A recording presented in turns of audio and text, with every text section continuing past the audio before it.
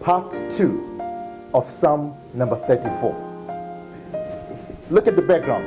This passage is written by David when he pretended to be insane. And Abimelech was not aware that David was pretending. But even as David is threatened by Abimelech and he decides to pretend to be insane, he has a beautiful word for his children. And between verse 8 and 14, he actually says, "And therefore, my children, those of you who want to be happy, those of you who desire to be at peace, listen to me. I will teach you how to be happy on this earth." And then he begins in verse 8 by simply saying, "Oh, taste and see that the Lord is good." In other words, he says, God is so big, you can't consume or finish or understand him. All you can do is simply taste. Look, there are times when you see God. There are times when you hear God. There are times when you feel God and his presence in your life. But there are times too where the senses, not of the ear or of the eye, nor of the nose, but of the tongue, where you taste the Lord. And when you taste the Lord, according to David, you bring him into your whole being. You assimilate him.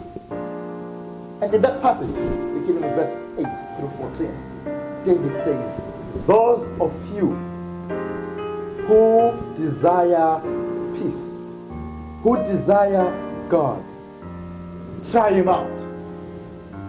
Find out what I, David, has found out about this God." One day when I was watching the lambs and the sheep and the goats out there in the field, I saw a lion. And this God, in my youthfulness, he gave me the courage to tear it apart and kill it. A bear, forget about Goliath, a man with toes more than enough. I took him down. That is why David says, "The Lord is my shepherd, I shall not want." And he repeats that same motif in Psalm 34. But then there's something very interesting. While he is pretending to be crazy in front of Abimelech, David says, if you want to be at peace and full of joy, keep away from two things: telling lies, verse 9, and passing on bad information. These days of this coronavirus, you find we're receiving a lot of information on our cell phones, and we pass on that information. Some of it is not correct. We find people that are exaggerating situations. People who are saying things which are not true. But in this passage, David says each one of us should be a bearer of good news. Let us pass on good information, enriching information, encouraging information, information which gives other people life and joy and peace. Why so, David? Because ultimately David is saying, God's children will always be safe. That is why he says, when you taste, in verse 8, and when you find out in verse 14 that your bones will never be broken, you are safe in God's hand. He takes the time, he says, take time to read his word, to know God. Take time to tell somebody else about this God, witnessing. Take time to pray. Invite God into your life.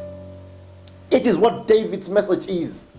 And he says when we focus on that God, in spite of where and how the situation is in our life, we will always be delivered, and will always say in our heart, to God be the glory, great things he has done.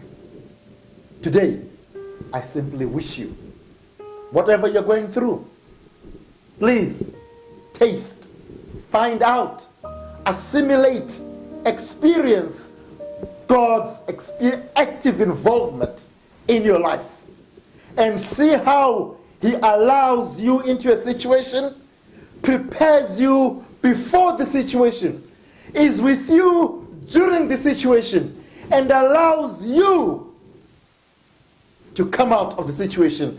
And wherein your own personal resources are exhausted, he has promised to provide you with a way to escape. May God bless you. Amen.